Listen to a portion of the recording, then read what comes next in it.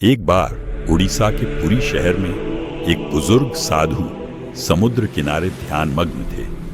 अचानक लहरों के बीच से एक लकड़ी का टुकड़ा बहता हुआ उनके पास आया, लेकिन यह आम लकड़ी नहीं थी। साधु ने जब आंख खोली तो उनकी धड़कनें तेज हो गईं। वो बोले, ये कोई साधारण वस्तु नहीं, ये स्वयं नारायण की आत्मा है।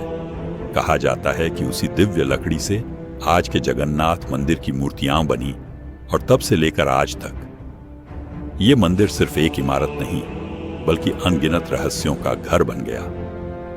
हमने आपको अपनी पहली वीडियो में बताया कि कैसे श्री कृष्ण का हृदय आज भी उड़ीसा के जगन्नाथ मंदिर में धड़क रहा है। अगर आपने वो वीडियो मिस कर दी है तो इस वीडियो के बाद ऊपर आई बटन दबाएं या डिस्क्रिप्शन में दिए गए लिंक से जाकर जरूर देखें।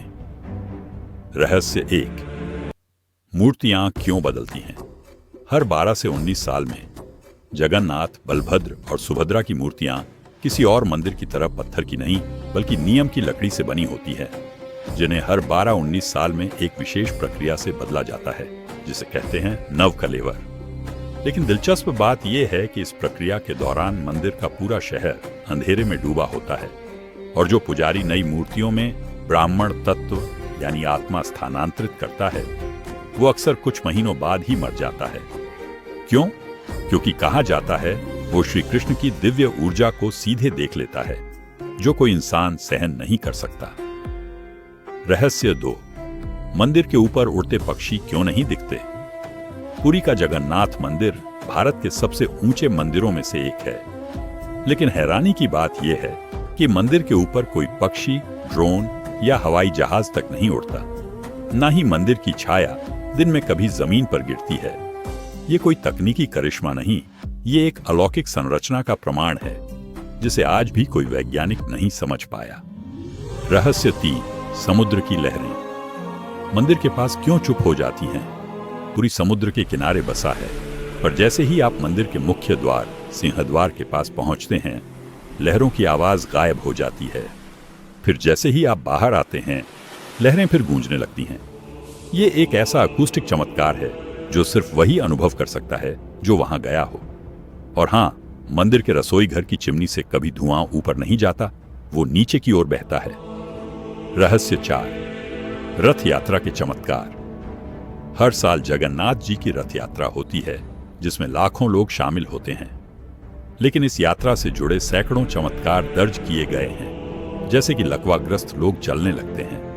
कई लोग कहते हैं कि उन्होंने रथ पर बैठे कृष्ण को मुस्कुराते देखा, और कुछ तो यहां तक कहते हैं कि उन्होंने रथ पर चढ़ते वक्त अनंत ब्रह्मांडों की झलक देखी। रहस्य 5, श्री कृष्ण का दिल कहां है?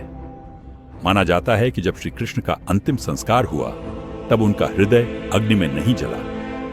वो एक नीले प्रकाश के रूप में समुद्र में समा गया और बाद में उसी हृदय को नील माधव की मूर्ति में स्थानांतरित किया गया।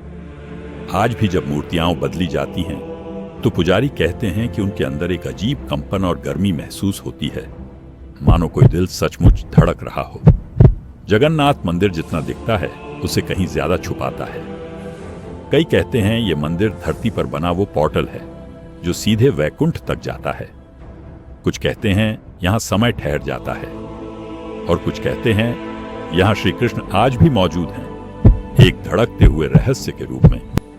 अगर आप इन रहस्यों की गहराई में और उतरना चाहते हैं तो जुड़े रहिए और अभी सब्सक्राइब कीजिए NSG Chronicles, जहां हर वीडियो एक रहस्य की चाबी है।